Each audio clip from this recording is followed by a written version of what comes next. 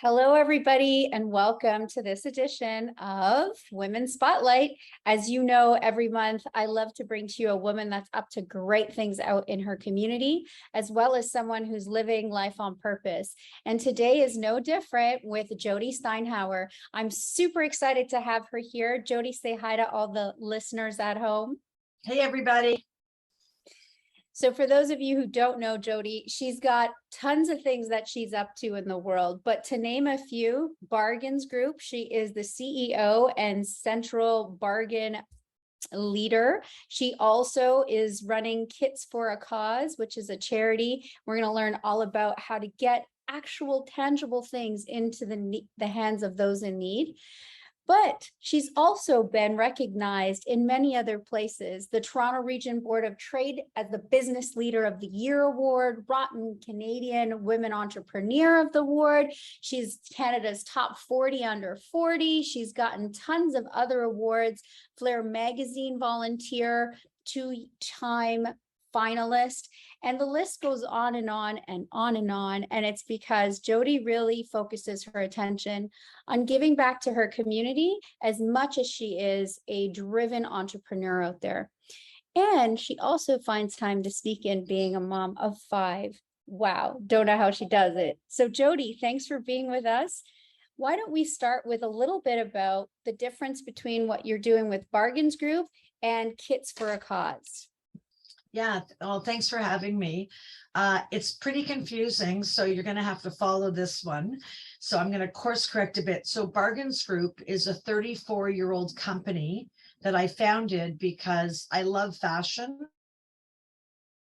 around.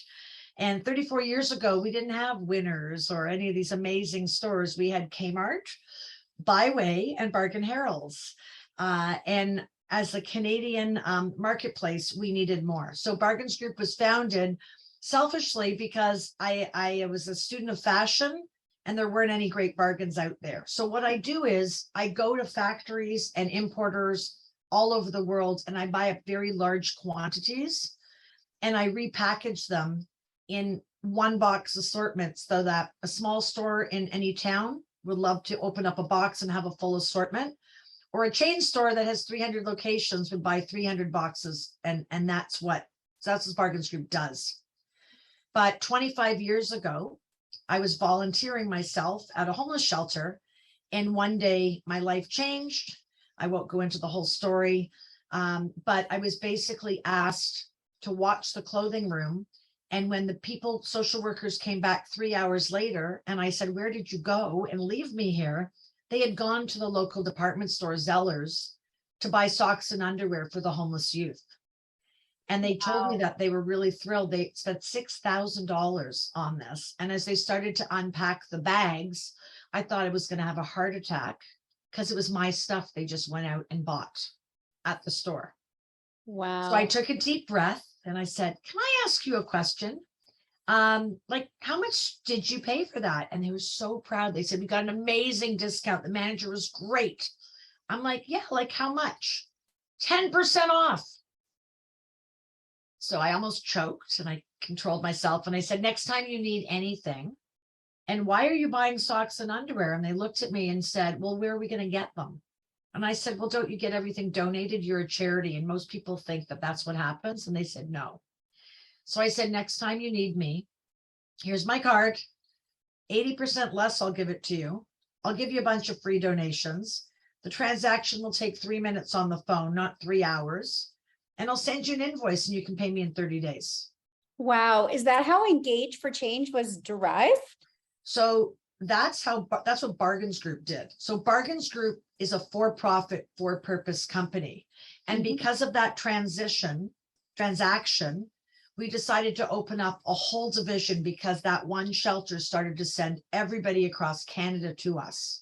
And my team at the Bargains Group, nobody wanted to deal with retailers. It was a big problem. They said, "They're not fun to deal with. They don't treat us well. They don't pay their bills. They're not respectful. But these charities are so grateful and we can truly help them." And that's how it all started. And then the more we helped them, the more we realized how sad it was out there. And when someone would call us in February from Winnipeg and say, I've only got $200 and I've got 1,000 people in my shelter and they have no socks.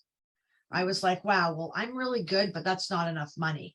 So I reached out to people like you and your community and said, we got a huge problem. I need you to trust me. Bring $100, come to my warehouse on Saturday, and we're going to do something really cool. And I orchestrated this amazing kit packing event. And I invited a social worker to tell the story, because to me, it was really important to hear the story from an expert. And then I collaborated with 10 outreach vans and said, show up at my warehouse 2 hours after the event started, and we're going to load you up with supplies. And nobody knew it was going to go on. In 2.5 hours, we packed everything. We loaded up 10 vehicles, and the feeling, people were buzzing, and they all said that was the most incredible event I've ever done. Look what we did in under 2 hours. And we fed them, of course. And I want to do this in my company, and I want to bring my family. And that's where the charity was born. We named it Project Winter Survival. So if you're in Toronto or the GTA, it's 24 years. Sadly, we've been doing it every third Saturday in January when the cupboards are bare. All of these shelters have nothing. With global warming, it only gets really cold in January. It's not that cold in December anymore, usually. And charities, if we don't give these kits out, people are dying on the streets. That's how bad it is. So then we said, what happens in the summer? And we found out that more people in Toronto and in Canada die of dehydration in the summer months than they actually do in the winter. So we thought, this is Canada, for God's sakes. We're not in a third world country. But then we thought, think about it. How many drinking fountains do you see? And homeless people are not all downtown. They're everywhere now. So we started Project Water. And we're just giving away, tomorrow will probably be the last couple skids, over 700,000 bottles of water. And then we pack summer survival kits and distribute those to 200 plus shelters, drop-ins within about 2 hours of Toronto. And that's the charity called Engage and Change, because business leaders said, this is where we want our charitable dollars to go. But I want a tax receipt. So we only became a charity. It was a love project. We became a charity because big banks and big companies wanted to do it. And the last piece then is about 7 years ago. I was about 2 decades ahead of Canada, and I won all these awards. And quite frankly, I couldn't understand why. I thought, why are you giving me awards? Don't we all do nice things? And I realized, no. Business people thought I was crazy and said, why do you spend so much time taking care of these people? Why don't you just go make more money? And to me, that wasn't the reason. To me, being successful isn't just about what's in the bank. But there's so much to unpack here, Jody. So starting with, going. Well, hang on 1 second. Let me get the last part. Kits for a Cause started 6 or 7 years ago because all the business people started calling me and saying, we want to do what you do. Teach us. So we launched our biggest division now, which is Kits for a Cause. And it's a social enterprise, for profit, for purpose, where we match corporations, companies, groups, schools with charities in their local communities that desperately need help, and charities who have to turn away groups of volunteers because they can't facilitate it, especially during COVID, with companies who will help them offsite. And that's what Kits for a Cause is. That's amazing. I was just going to take a step back because there's so much information there for people at home to digest. I wanted to actually break it down into segments. So starting with Bargains Group, you're an entrepreneur, you go out there, and the best entrepreneurs start with a desire and a need to make things better. So you notice that there was no winners. How can I start this brand where I can get things at a discount price and resell and make profit, but still it's a quid pro quo. Everybody's happy. Yeah, I say I'm in the happiness business because I've never met a person that didn't get a bargain and wasn't excited about it and told their friend, right? We all do that. Right. And there's some critical golden nuggets there, right? Is that happiness is what we're selling. It's how we make people feel. So the fact that you're making a profit, you're helping the suppliers sell their product, and you're helping the end users make a better buying decision and have their dollar go a little further is a win-win for everyone. So if anyone at home is starting to think of how can I start my own business, To me, that's the core. What is the Right. service you're providing? And it sounds like you did such a wonderful job there, but your heart still called you to do more for the community, which is beautiful. And I've been there, and one of the charities I work with, Basket Brigade, we feed families in need every holiday season, because we realize right here in Toronto, in our backyard, there are families that aren't getting food, that don't have food in their cupboards, warm socks, water, like you said. So being able to come up with that for them, but then to take it one step further and do this Kits for a Cause, I think is phenomenal. We have so many customers and clients and businesses out there that do want to make a difference. So tell me, when you want to engage them and you want them to come in and work with you for Kits for a Cause, tell me a little bit more about that process. How do they Sure. get engaged? What do they do? Let's say I show up with my team. I run Canada for Talent. Yeah, well, Bring my team in. What does a day look well, like to with go you? back one step, Basket Brigade, we've been the back end of Basket Brigade for several years, because you can imagine with supply chain and COVID, what's going on. Nobody has product, and going shopping is not fun anymore, right? And shopping on Amazon is not a bargain. It's not good for our environment. It's convenient. And, if you don't know about Bargains Group, you're probably going to the dollar store or Walmart. Really, that's really what it is. So not only do we help all of these places, but just to let your listeners know, if you're involved in any charity, doesn't matter if it's refugees, Indigenous, cancer, never please go to retailers ever again. Call us at the Bargains Group or go to our website and we'll help you in even small quantities. So that's that. So if you wanted to do Kits for a Cause, you would probably Google, I'm looking for a team building or a group bonding volunteer experience for a charity in Toronto or in Calgary. It doesn't really matter where. And you would hopefully you'd find Kits for a Cause, or you may even find Engage and Change My Charity. I'd book a 15-minute call with you and just say, here's what I really need to know, Tara.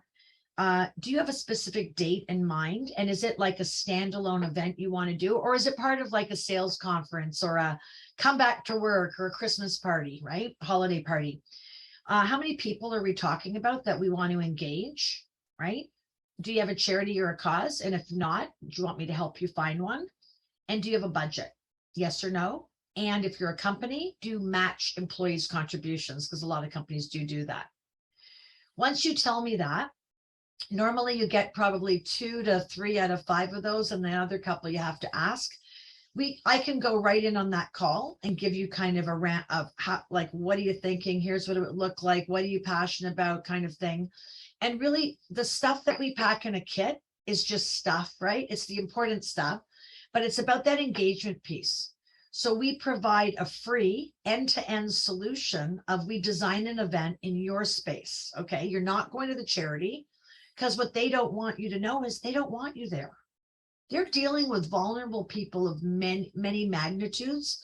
But when you call and say, great, it's Impact Day, we picked you and we're going to come there. And I've got 73 people on Thursday at 2:00. What should we wear and what are we going to be doing? The charity is like, Because they don't have the infrastructure set up for that influx of people. They're not party planners. They're social workers.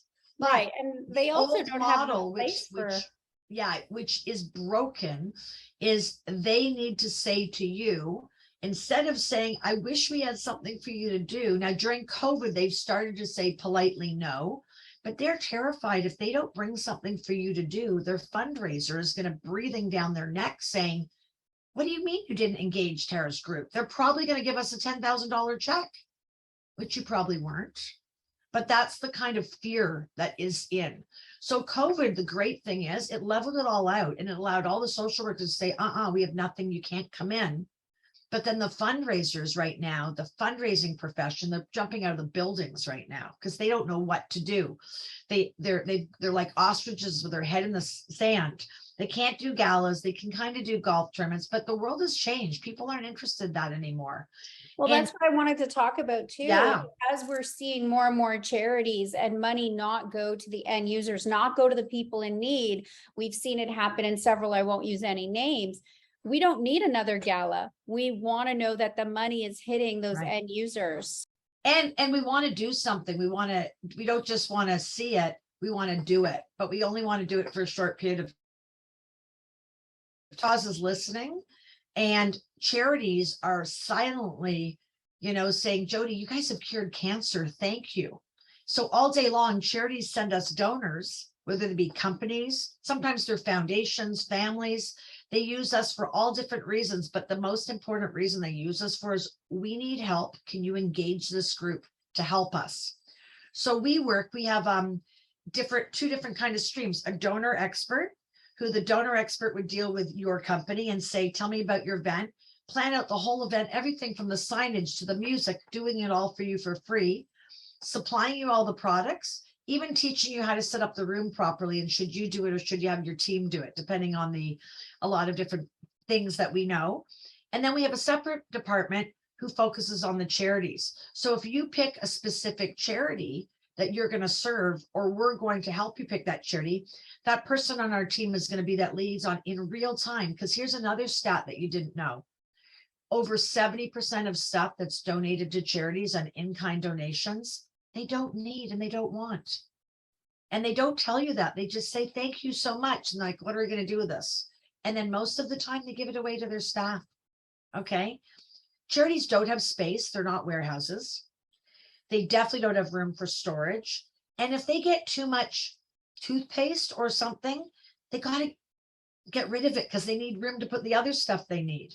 And so they a need big to get part it used before the expiry date and things of that nature. I've learned that. absolutely, but it's mostly space, and they also have theft issues, right? You're dealing with they're dealing with vulnerable entrepreneurs, right? Who their gig is survival, right? But it's still the same kind of gig as we do. So we work really closely 2 to 3 times during the relationship. Here's what we're thinking of designing in a kit pack. It's not happening until November. Is there anything here you don't need? 9 times out of 10, because remember, we deal with the charities all day long. They shop at the bargains group, so we know what they need. 9 times out of 10, they'll say, no, that's perfect, but make sure you touch base with us right before Tara does her kit pack, which we of course do. And I can say to you, Tara, we've got this really, really amazing product. If you want to match your employees' contributions, we've come up with an electronic wish list, which is like a wedding registry or a baby registry, and we can co-brand it. It's the charity's wish list, and it's your company, your community care kit program in support of this. Your people can send it around. People can buy things off of it, just like we've all done for charities. They get a tax receipt within 30 minutes online. And you can make it competitive. We've got companies, departments competing against each other. And you as a company could say, hey, listen, whatever you guys raise as a group, we're going to match up into this amount. So all of a sudden, that budget, which you originally thought you had, when you use our free wish list, a lot of times it 10x's it. And to give you like simple math, we had a family that came to us, family of 4 people, felt guilty, wanted to teach their kids philanthropy. It was COVID. Said, if we give you $500, can we pack hygiene kits, right? The most popular kind of kit is a hygiene kit. We said, sure. Want to do something cool and use our wish list? We called it the Blank Family Community Care Kit Program in support of this one charity. In 2 weeks, they came back with $14,000 and they had 92 donors. And all of the donors, the answers that the donors were saying were things like, oh my gosh, I've been looking for somewhere to help. I didn't know where to go. This is amazing. And for such a small amount of money, we can do such good. So I'd like to that's pick what Kids that. for a Cause is doing. Okay, let's go back a little bit because that's a lot of information for people to digest. So you created these kits. There's a family of 5 who comes to you and they say, I've got $500. Take me through a little bit. How did we go from 500 to 14,000 again? So you gave them the kit so we package. asked them if they wanted to use what we deem the wish list. So we make them up a customized wish list. Again, our charity account managers talk to the charity they picked and say, what do you need? We create the and we put those items on a wish list. So just think of like a wedding registry. They send you out, you've got all different price points and you get to pick what you want to pick up. You select the item that's on the wish list or the group of items. You can buy one, you can pick a multiple of more. And they used $500 to buy these first? No, $500 was just what the family said. Hey, we're thinking of spending $500. Can we do a kit pack for that? I said, we can, but what would you say if I can turn your $500 into $5,000 That's by using this that's what wish I'm list? looking for. Yeah, so it's all about, I always say it's all about 10Xing it, right? So they said, okay, how? We created the wish list for them. And we said, all you need to do is share this, okay? Share this. All of the social media buttons are built in already to this technology. There's a paragraph. They told their story. We're a family. It's COVID. We felt really bad. We want to do something. Would you like to help us on X date? We're going to be building these kits. Let's see as a community how many we can do.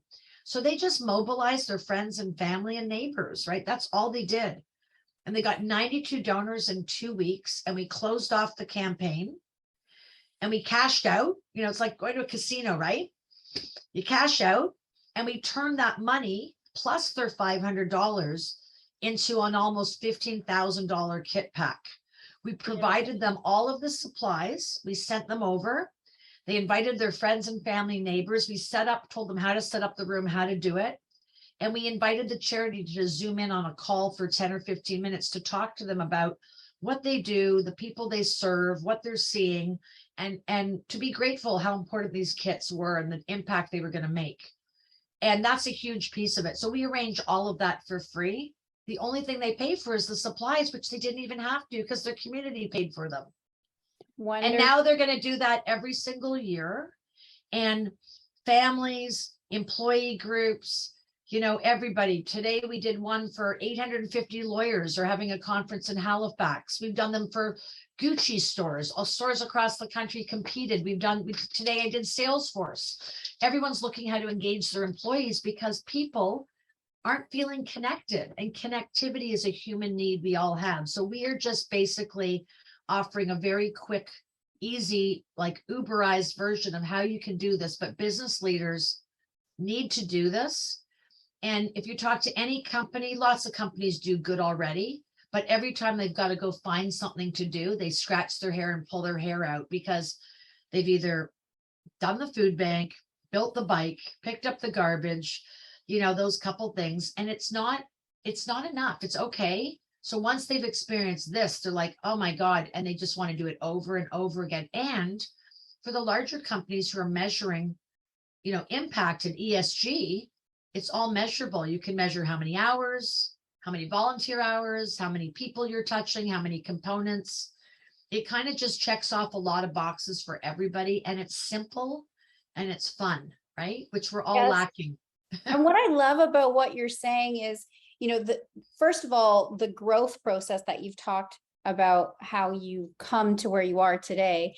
I love the fact that you're going from helping a family who wants to make a contribution and a difference and starting out thinking, you know, I've got $500 and 10Xing that, but that you're also working with Gucci and these other large companies, because what that should tell our people at home who are listening is that if you want to make an impact, no matter what you have available to you, that there is a way. And that really what I hear, Jody, is that you're making that way more accessible. And you're not only making it more accessible for people to do a contribution in their community. The other thing I really love about what you're saying is that you're bringing teams and families and groups of people together to have an experience. So not only are they bringing the contribution out there, making impact, but they're having an experience while doing that. And to me personally, as a leader, that experience is what builds trust. That experience is what builds transparency and empathy, and that helps us connect on a deeper level. So I'm sure some of those things were in mind for you when you were building this team. Tell me a little bit about the team that supports this these three massive undertakings that you're working on and brands.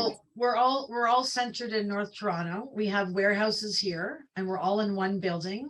We've been at work every day, even all through COVID, because, you know, we were supplying the most vulnerable with PPE and everything else.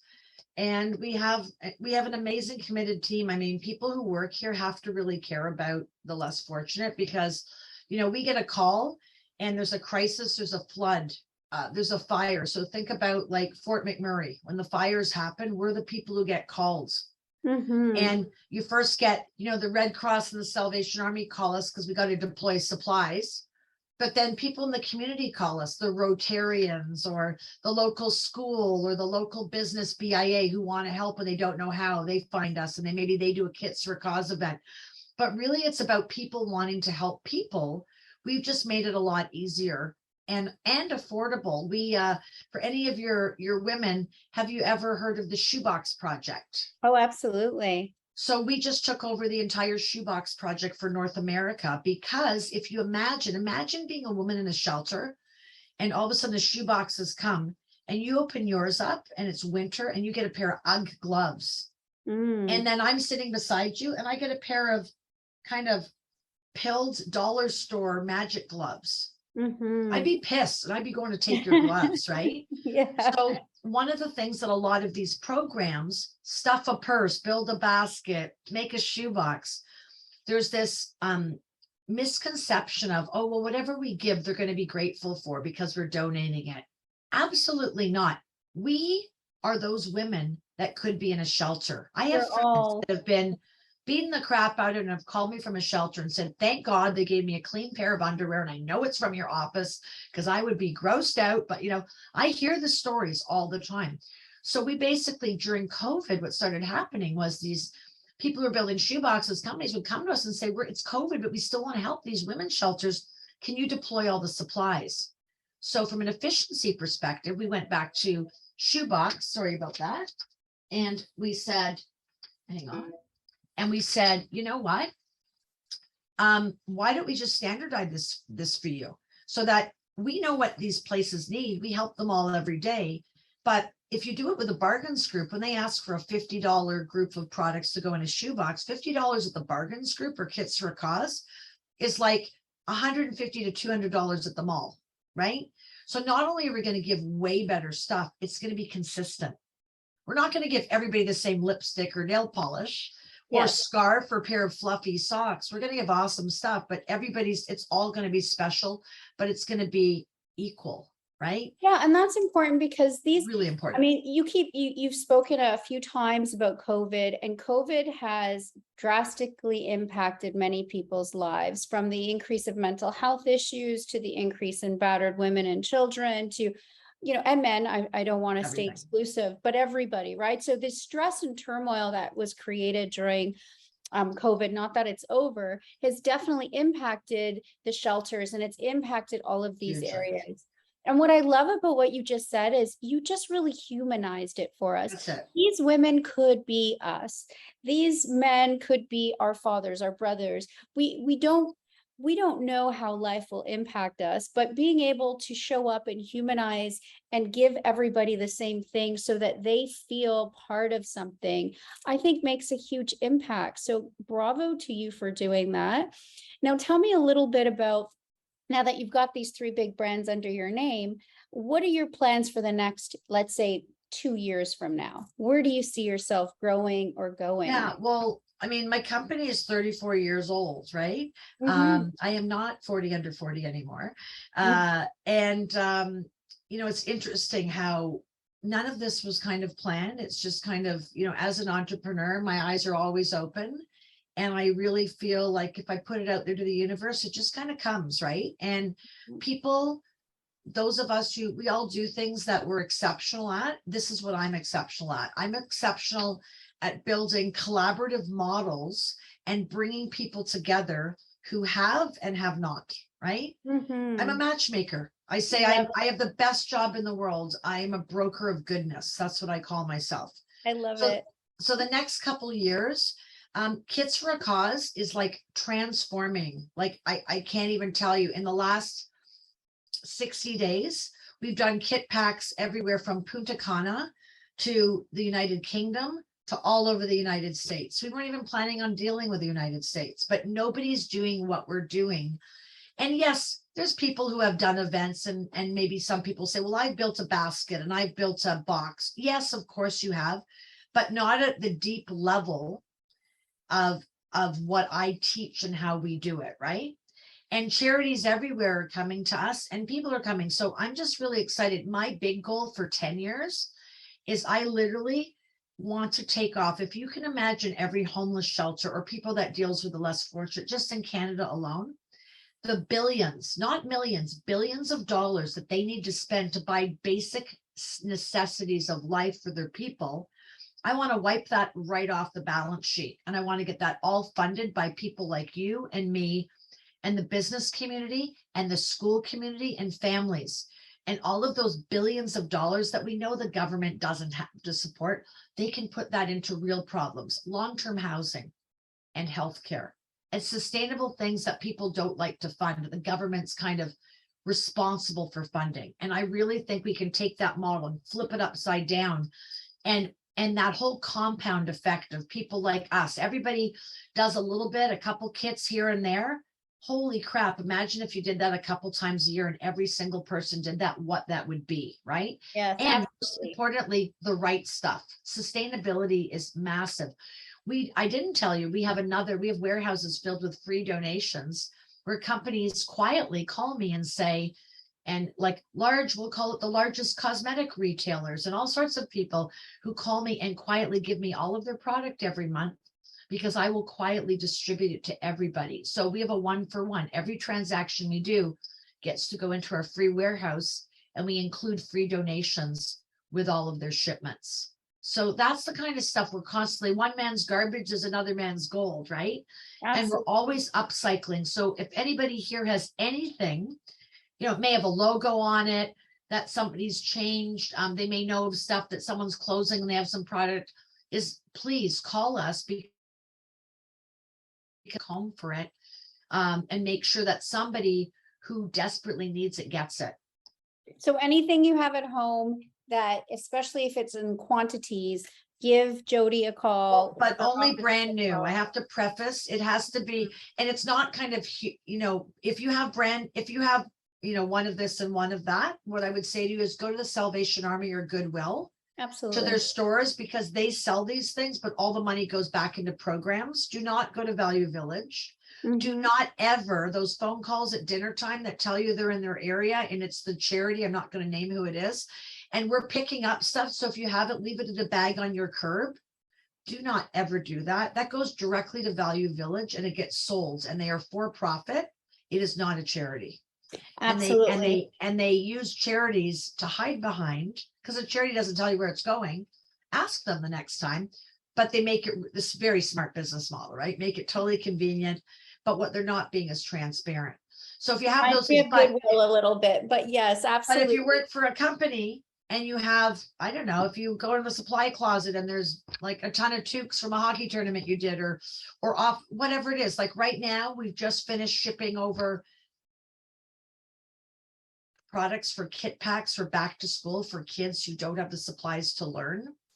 So we say all the time, so if you think you have excess and you're not sure, just send us a note or let us know, and we'll tell you right off the bat what to do with it, or of course, if we can use it and donate it out. Yeah, the wonderful thing about your organization, if you won't take it, you'll tell them where to take it. So Absolutely. That's great. So I know we're coming up to time, and I would love to say thank you for being such a change agent in our community, for showing women that they could see something that's a necessity or a need in their life and make it into a business. And then also, while you're growing that business, always keep contribution in mind and giving back. I'd like to talk a little bit more about how you fit a family of 5, though, into all of that. So share with us a little bit more about your family life. Yeah, well, 9 or 10 years ago, I woke up one day, and one of my goals was, and as women, if you don't have goals, get them. One of my goals was, once I turn 50, I want to be with. And oh, sorry, Jody, you cut out there. Can you say it again? Once sure. you turn 50. Once one of my goals was, when I turn 50, I want to be with my soulmate who I want to spend the next 50 with. Oh, and I wasn't. I was with a great guy, but he was just a great guy, right? So I decided I don't want to live a 6 out of 10 life. So many people do. They just kind of coast along. And I woke up one day and said, you know what? I got to make a change. People were shocked. Because I had what people thought was a good marriage. And I said, yeah, it's good, but I'm not good. I'm great. Like, I need great, right? So I made what I do as a business person. I made a plan, because to me, whether you're doing business or personal, it's all about the plan. I won't go into the whole thing, but people laugh at what I've done. And I found my soulmate. I gamified Match.com. I found my soulmate. Remember, I was a mother at the time of 2, but I was a hockey mom. So I was at an arena 4 nights a week. I had 2 businesses, a charity, a lot going on, and unfortunately a really horrific divorce, right? So I made a change. I found my soulmate. I got remarried. So I have a blended family of 5. And you know what? As bad as it was a Netflix series of badness. But you know what? When you're good and you do good, you get looked after. Just trying to protect was mine, right? As a woman, first thing, get a prenup. If you don't have a prenup, shame on you. If you're going to get married, do not get married without a prenup. I had a prenup and it was still challenged for 6 years in court. Right. And I ended up with everything because it was really simple. It was a plan. It was there. That's what contracts are for. Right. And then I realized one of my big rules of life is if you don't like doing it and you're not good at it, don't figure out how to do it. So I delegate everything. I don't know how to cook. I don't care. I don't want to cook. It takes up too much time and the meal's gone like that. I don't clean. I don't do laundry. I don't drop off at the drugstore. Everything I can, I outsource. Okay. And that's something really everything. powerful what you're talking about. I'd just like to take a moment with that, Yeah. because as women, we generally feel like we've got to do it all. Like if we're running a business, we still have to run the household, we have to cook, we have to clean. Not everybody, but there is that feeling. And even if it's not cooking or cleaning, there's something we're guilted into doing because we feel it's our place. Outsourcing is critical. And I think if we can focus on where our strengths are, we will 10x our value way more than if we're doing something that we could pay someone half the price or quarter of the price to do. Right. And then our sanity, right? Like just being able to keep up as busy women, we have a lot. And I have to tell you, people laugh at me when I tell you this. I outsource somebody picking up my dog poop. Okay. I don't laugh because it's not because I'm a princess. It's because if I look at every second of my day that I can maximize to what you said, and I can do more good deeds for people who desperately need it, that's way more powerful than, going home and going, oh, I've got company. I've got to go make sure there's no dog poop in the backyard. Right. Right. So I have not been the most popular woman. I will tell you that. And women are cruel. So when I had my first child, I said, I'm not having a child until I can afford a caregiver, because I'm not staying at home and watching someone sleep and poop for 8 months because they don't do anything else, right? For 8 months. And then they become human beings. So I said, I'm going to bring my baby to work. So I couldn't do that until I could afford to have my business at a certain level. I could have a designated nursery in my company, and I could afford a nanny. Right. Now, not only that, my nanny was the happiest nanny in the neighborhood because she wasn't sitting at home all day doing laundry and cleaning a house and watching a baby. She was at my office. And when the baby woke up, I got the baby. And when the baby was sleeping, which was 3/4 of the day, she got to hang out with people in my company, got to work on her English, got to learn work skills. I taught her accounting. She was thrilled.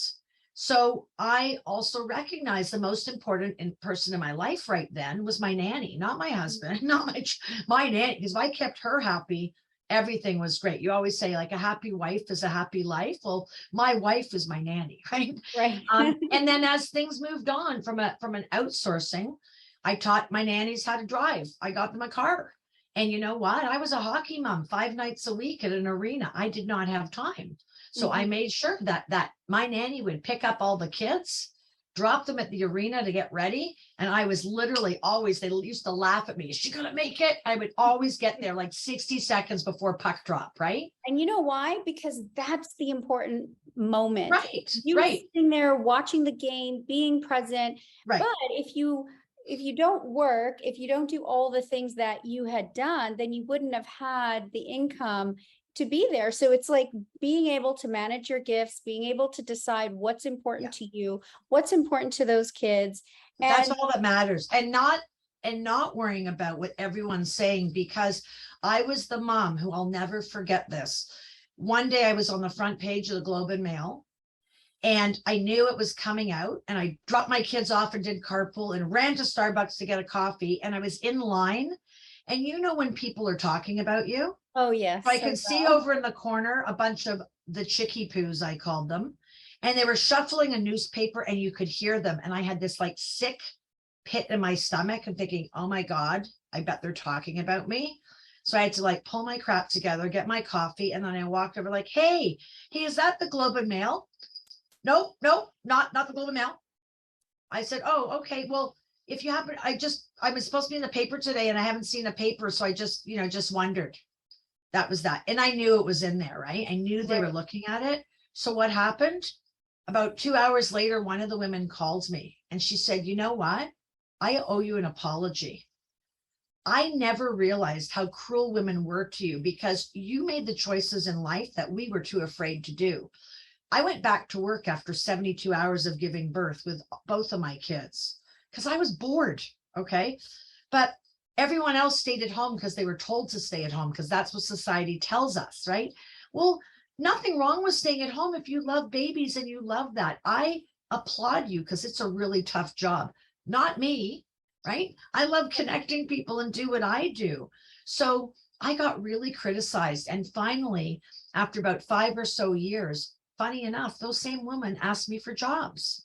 And 2 of them still work for me and are Oh, my it's a beautiful unbelievable story. employees. But, I always say to people, it doesn't matter if it's okay with everybody else. The only voice you have to listen to is yours because yours voice is different than my voice. And that's okay. And that's your unique light. And I love how you said, if you love staying home and cooking, great. If you Great. don't, great. I love cooking, but I love cooking on my terms when I have time for it, for example. Right. So I can really appreciate that. And, thank you. I call it permission in a lot of my courses, just the permission to expand or the permission to step into the fullness of who you are without the supporting or without the having to play small for others to feel more comfortable and whatever that looks like to you. So thank you for showing up in your brightest light, being authentic with us, telling us what it took for you to get to where you are and your next 10 years of planning. But before I go, I have 2 more questions for you. Sure. One is you talked a little bit about manifestation and you said, I'm not going to jump into it right now. But of course, everyone at home is like, well, I want to know how to find my dream mate, or I want to know how to find my dream job, or have my dream baby, or whatever it is, move to Costa Rica. Tell us, a little bit more about that planning and exercise session you did to get you there. Firstly, I checked out for a week and was by myself because that's something that it's so difficult for us to get just the simple essence of time. Mm-hmm. I went to Nova Scotia. I sat by the ocean and I said, okay, who is my perfect man? Because I didn't leave my husband to be alone. Mm. He was not cruel. He was a good man. He was a nice man, but he was boring. That's it. There was no good story. So I wrote down 3 lists. What is a absolutely must have, what would be a nice to have, and what is absolutely not. And I blue skied it like I do on any business, right? Just write down. And then I literally sat in front of a computer and went on match.com and literally everything I saw, like, loves going hunting for the winter. Not for me. No judgment, but I'm not interested. No hunters, right? I wanted somebody who had been married before and had children because my kids were pretty young when I did this. So a father figure was really important. So if they'd never been married, it was not for me. There was, just didn't wanted someone who had been divorced because I was going through like the horrific, horrific divorce, right? So somebody needed to understand that it could be a decade of this, right?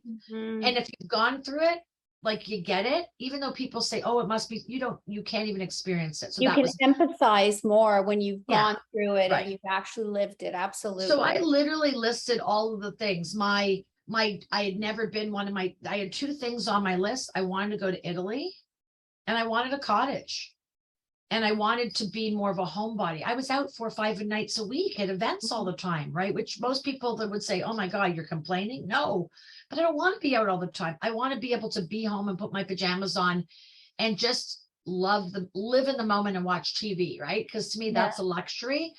So these were all kinds of things. And yeah, so again, I went through the filter, and then I had a full filtering system on who would get a first date. I was a busy mom, right? So my first date, if I wanted to go out with them, was 4 or 6 weeks down the road on a Monday between 9 and 10, because the coffee shop closed at 10. And it was on a Sunday night. So my kids could do their homework. I could set them up. I could run out and I could come back. Many men said, "Are you kidding me? When you're ready, like, call me," right? Okay, Right. that's my life. That's reality. So these are all kind of filters that were non-negotiable for me. And to give you some numbers, I went through in about 18 months. Now, I did not date this number, so bear with me. I Yes. went through over 1,700 transactions with men. Okay. I only went out with 9 men out of 1,700. So my filtering process was like boom. And only 3 out of the 9 got a second date. Okay. 4 became clients. Okay. Yes. And 1 got a third date, and I married him. Wonderful. Wow. What a great story. And I went to Italy. He took me to Italy when we were dating on my 50th birthday. Yes. And last year we bought a cottage, and we now live there half the week, and we run our businesses half the week from there. I love it. I love it. That's a beautiful, beautiful story. So I know we're wrapping up, but let's just take a pause for everything we've heard. You stood there one day, maybe a year, maybe a month, frustrated with Zellers and all of the fashion Honest Eds. I do remember Honest Eds. I kind of Honest Eds was my mentor, and he taught me how to do philanthropy and be a business person. Oh, it's amazing. Oh, I'm so glad you threw that part in, because he was such a huge contribution to our city. Yeah. So when you look at going from that to creating Bargains Group, it first started with bringing choice to women and having that triangulation of success, which I love. But you've grown to be this huge business that is supplying charities, that is supplying companies, that's supplying, Dollarama and Walmart and like all these places. And donors and people like you who want to do good. Well, and then I was going to say, and then that branch off into Kits for a Cause, where you're helping people with tangible solutions, you're helping businesses, you're helping create more team events and environment. All of that's beautiful, but it sounds like you did it all staying authentic to who you were and staying the woman who you are. So you're a businesswoman, and you took that same business concept, structure, gamification, and you applied it to your dating life, and you didn't settle. And you created this life that I think is pretty dynamite. And I will say you're quite the change agent. One thing I have to know, and I always ask this at the end of all of my spotlights, is if you could go back and tell your younger self, that person who's 5 years old, that little girl, if you could go back and give her a piece of advice that would prepare you for the life that you've embarked on, what would that advice be? Great question. The number one thing that's important to you is your reputation, and never do anything to sacrifice that. And today I onboarded 6 new people here. First thing I said is, here's my story, and here's one thing I'm going to tell you. Your reputation is everything. If you ever lose that or blemish it, you're done. So that's I would tell them many things, but that's, I think, one of the most important lessons that they don't teach us in school. People don't think about it. It's really, really, really hard to build a great reputation, but it's really, really easy to have it implode in seconds. Absolutely. And I think staying true to who you are and managing your values and keeping your values at the forefront of every decision you make will help you sort of walk that path and stay within integrity and stay within that value stream that people want to work with you. They want to be with you, and you keep that part of yourself whole, right? So, and if you're a business person, my values are on the wall behind me. My number one value, and it's my company, but it's me, right? It's my company or me, it's us. yes. Is we consciously care. And in brackets, it says we really give a shit. And that's our core value. Our second one is we build community and we make impact. Oh, I But when love we're it. talking around here, we had in essence today what happened. We had an incident. And I didn't have to say to the employee, what did you do? That was stupid. I had to say, were you living our core values at that moment? And the employee actually said, you know what? Wow, did I ever disappoint everybody? I was not consciously caring. That was not correct. I And love it. that's to me what's so important. Like we all have values, but that simple exercise of what are our core values of our family or our friendships or our companies, and putting boundaries around them and calling each other out when we maybe mess up, because we are human beings, right? But Absolutely. that's okay. It's okay to mess up as long as we learn. And the next time we're more conscious. But you and I think, could talk about this for a long, long time. Absolutely. I mean, it's something I teach in my class too. If you don't know your values, you don't have that compass to guide you through. So, Absolutely. Jody, I know you're so busy running this wonderful company, taking care of 5 kids, getting out there with your philanthropy. Like, I so appreciate you taking the time out to talk to us today. And I appreciate, and you are now a bargain ambassador. So right. you and all of your listeners, please remember this conversation. And whether you're, on Facebook and seeing somebody stuff a purse or doing a backpack drive, or it's the holiday time, or your local church needs socks, please remember bargainsgroup.com and contact us. We don't want you to spend money at retail. And if we can make it easier and just ship stuff away for you, you're probably going to help 2 or 3 times. If we can get your tax receipt, even more.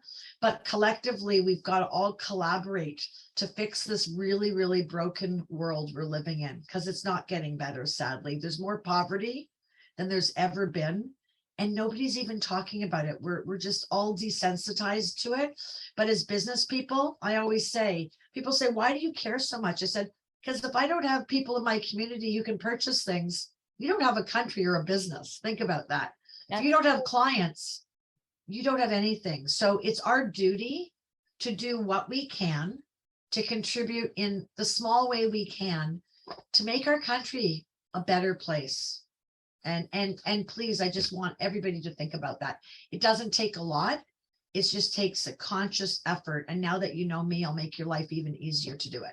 I love it. Thank you. Bargainsgroup.com, guys. Anybody that you want to help, any group, if you want to do something with your team, reach out, and Jody will definitely make sure her team takes care of you and makes your dollar go further to help those in need in the community. Jody, once again, thank you for being with me today on behalf of everyone. And for those of you out there, if you're not stepping into the full version of yourself, I give you permission to expand today. Not that you need it from me, but you need it from yourself. Step into the full version.